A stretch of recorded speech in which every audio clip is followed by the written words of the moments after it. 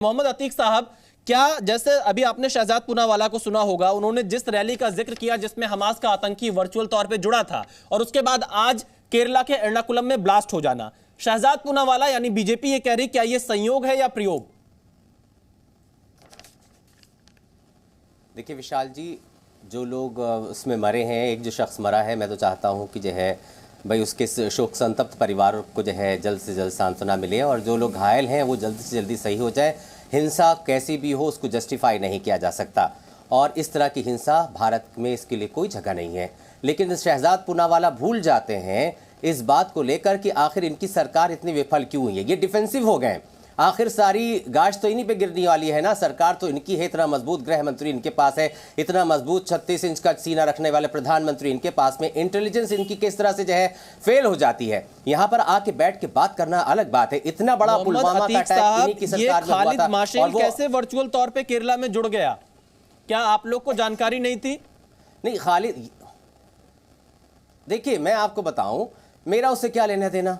मैं आपको बताऊं अभी क्या है कि जांच एजेंसी को पता नहीं है कि खालिद मशेल का इसमें हाथ है कि नहीं हाथ है, लेकिन उसमें यहूदी एंगल भी लिया है, ईसाई एंगल भी लिया है और क्या कहते हैं रैली का भी एंगल लिया है। लेकिन भाजपा ये बताए कि केरल के अंदर भागवा ग्रुप्स का जो है इतिहास रहा है बॉम्ब ब्लास्टिंग में, उसका ये रहा है, लेकिन ये उस बात को नहीं मानेंगे। अपनी सरकार की बिल्कुल विफलता को ये तस्लीम नहीं करने वाले। कश्मीर के लोगों की बात कर रहे थे, अरे कश्मीर में जिन लोगों ने कश्मीरियों पंडितों को भगाया, आप तो उनके साथ मिलकर सरकार, आप तो उनके साथ सरकार बना रहे थे। आज जो हमला हुआ है एर्नाकुलम में, उसके पीछे क्या वजह है, आपको क्या जानकारी है, किसकी साजिश है? देखिए वही मैं कह रहा हूं, मीडिया को जानकारी है, भाजपा को जानकारी है, हमें कोई जानकारी नहीं, क्योंकि अभी तक भारत की इंटेलिजेंस एजेंसी को भी कोई जानकारी नहीं है। वो बताएगी किसका हाथ है, तब हमको पता चलेगा। आपको पता चल चुका है, शहजाद पूनावाला को पता चल चुका है। सवाल खड़े कर रहे हैं मोहम्मद अतीक साहब, हम तो सवाल पूछ रहे हैं, इसके पीछे किसकी साजिश है, हमारा सवाल ही है आज का। तो आप मुझसे क्यों पूछ रहे हैं? जब भारत की एजेंसीज बताएंगी तभी तो पता चलेगा। आपको तो पता चल गया वहां यहूदी बस्ती थी, वहां पर ईसाइयों का मसला था। और मोहम्मद अतीक साहब, जहां पर ये हमला हुआ है वो ईसाई कन्वेंशन सेंटर था। जोड़ते हैं अतीक साहब, कोई कुछ नहीं जोड़ रहा है, हम सिर्फ तथ्य सामने रख रहे हैं।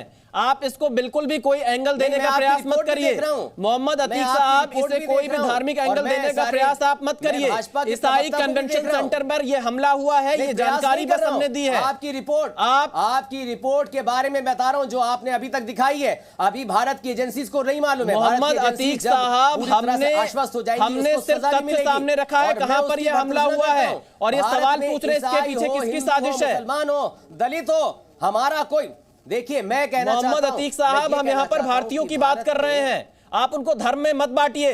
केरल में भी भारतीय रहते हैं, मुसलमान भी भारतीय हैं, भारतीयों की बात कर, ईसाई भी भारतीय हैं जो भारत में रहते हैं। मैं भारतीयों की बात कर, अरे कितना बोलेंगे आप मोहम्मद अतीक साहब, आप इसको धार्मिक एंगल की तरफ बिल्कुल मत ले जाइए। बोल लीजिए ना। नहीं बिल्कुल, अगर आपको बोलना है तो इतने सारे पैनलिस्ट। नहीं मोहम्मद अतीक साहब, आप इसको धार्मिक एंगल की तरफ बिल्कुल मत ले जाइए, मेरा आपसे यही अनुरोध है। मैं धार्मिक एंगल दे ही नहीं रहा हूं, आपकी रिपोर्ट के आधार पे कह रहा हूं जो आपने रिपोर्ट दिखाई है। मोहम्मद अतीक साहब, हमारी रिपोर्ट में हम सवाल पूछ रहे हैं और जो पिछले 2 दिनों से घटनाक्रम हुआ है उस घटनाक्रम की मैं जानकारी दे रहा हूं। यही सवाल पूछ रहा हूं मोहम्मद अतीक साहब। अच्छा आप बताइए, क्या हमास का जो नेता है वो वर्चुअल तौर पर कल जुड़ा था फिलिस्तीन के समर्थन की रैली में या नहीं? ये गलत है या सही है, आप इसको बता दीजिए।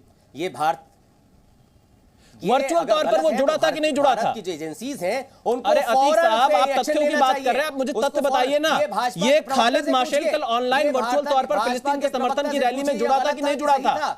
वो मिशेल कैसे एंटर हो गया उसके अंदर? भाजपा के प्रवक्ता बताएंगे ये सही था कि गलत हुआ। अतीक साहब, इसीलिए मैं कह रहा हूं, हम सिर्फ तथ्य बता रहे हैं और आप सभी से सवाल पूछ रहे हैं। मैं भाजपा से भी सवाल पूछ रहा हूं, आपसे भी सवाल पूछ रहा हूं। मैं हम सिर्फ तथ्य बता रहे हैं, घटनाक्रम बता रहे हैं, क्या हुआ है। क्या भाजपा के प्रवक्ता से मोहम्मद अतीक साहब, आपने लगता सवाल सुना नहीं शहजाद पूनावाला से जो मैंने पूछा। आपको, आप लोग को आदत हो गई कि किसी भी चीज को धार्मिक एंगल दे दीजिए। आप लोग की आदत हो गई धार्मिक एंगल देने की, आप सवाल तो सुनते नहीं, अपने सुविधाजनक सवाल सुनेंगे।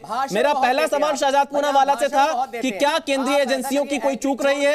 आप रिवाइंड करके कार्यक्रम को देख लीजिएगा। सुशील पंडित जी, डीके दुबे जी जुड़े हुए हैं। सुशील पंडित जी भाषण बहुत लंबा देते हैं। कोई बात नहीं अतीक साहब, फिर मौका मिलेगा आपको। सुशील पंडित जी, सुशील पंडित जी, क्या यह संयोग है या प्रयोग है?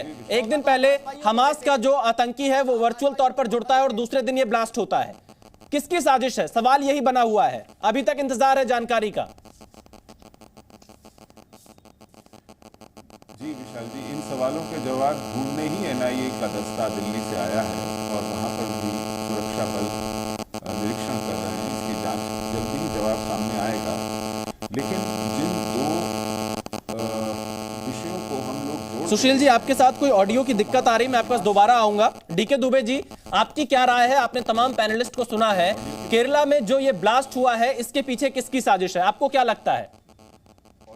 देखिए, साजिश के मामले में तो एनआईए जांच कर रही है, जब वो कर लेगी तभी कुछ खुलासा किया जा सकता है। लेकिन संभावनाओं पर तो चिंता की जा सकती, और संभावनाएं बिल्कुल साफ तौर पर कहती हैं, जब कोई बड़ा विश्व का कट्टरपंथी या जो आतंकी लीडर किसी बड़ी सभा को संबोधित कर रहा हो, तो उसमें संभव है कि एक बड़ी संख्या उससे प्रभावित होकर कुछ ना कुछ बड़ा एक्शन लेने के लिए तैयार हो, कुछ ना कुछ बड़ा घटना करने के लिए तैयार हो। ये जो हमास का लीडर जुड़ा है, ये सब कह रहे हैं कि उसके अगेंस्ट में एक्शन लो। भाई, उसके अगेंस्ट में एक्शन लेने की बात छोड़ दीजिए, जिन लोगों ने ये ऑर्गेनाइज किया है, जो लोग इसमें शामिल हैं, जिन लोगों ने मंच सजाया है, जिन लोगों ने अनुमति दी है, जिन लोगों ने वहां पर पुलिस व्यवस्था की होगी, जो प्रशासन वहां पर लगा होगा, वो कौन, वो दोषी नहीं है क्या? वो सारों को पता होगा कि ये किसकी कॉन्फ्रेंस होने जा रही है, क्या कॉन्फ्रेंस होने जा रही है। उसके पोस्टर छपे हुए थे, उसके पोस्टर बैनर लगे हुए थे, इसके बावजूद वो सभा होने दी। इसका मतलब बिल्कुल साफ है कि वहां पर जो लोग हैं, वहां पर जो ऑर्गेनाइजर्स हैं, वो हमास की मानसिकता के हैं। और अगर हमास की मानसिकता का कोई व्यक्ति है, हमास की मानसिकता के लोग हैं, तो हमास जैसी घटनाएं करना संभव है। लेकिन भारत है, भारत में खुलेआम वैसे नहीं कर सकते, किंतु ये घटना में उनका हाथ होना संभव है, क्योंकि जिस प्रकार से हिंदुओं को और यहूदियों को वहां पर टारगेट किया गया उस जनसभा में, और जिस प्रकार नारे लगाए गए, जिस प्रकार से वहां हिंदुओं के विषय में वार्ता की गई। देखिए, बिल्कुल ये एग्जैक्ट क्या हुआ है, इसकी जानकारी तो एनआईए देगी, जांच एजेंसियां देंगे। लेकिन आप जो सवाल उठा रहे हैं, मैं उनका जवाब यहां पर जरूर लूंगा। शहजाद पूनावाला, आपने अभी मोहम्मद अतीक को सुना होगा। मोहम्मद अतीक जी कह रहे हैं कि ये आप लोग की विफलता है, आप लोग को सूचना नहीं मिल पाई। आज केरला के होम मिनिस्टर कहां पे है विशाल जी, जरा बताना। केंद्र की सरकार का दिल्ली में थे, कहीं धरने पर बैठे थे, जो मुझे जानकारी थी। अच्छा, मुझे एक बात बताइए कि केरल में कानून व्यवस्था किसकी जिम्मेदारी है? राज्य सरकार की। वहां पर अमित शाह जी और हमारी केंद्र की एजेंसी कुछ इंप्लीमेंट तो नहीं कर सकती डायरेक्टली? यही कहते हैं ना, federal structure, union of states. कहीं ईडी चली जाती है तो धरने पर आ जाते हैं। तो हमने अगर इनपुट दिया है तो उस पर काम किसको करना होता है? राज्य की सरकार, राज्य की पुलिस को। आज राज्य की पुलिस के मुखिया कहाँ हैं? वो बैठे हैं वोट बैंक को सजाने संवारने के लिए, हमास की पैरवी करने के लिए दिल्ली में।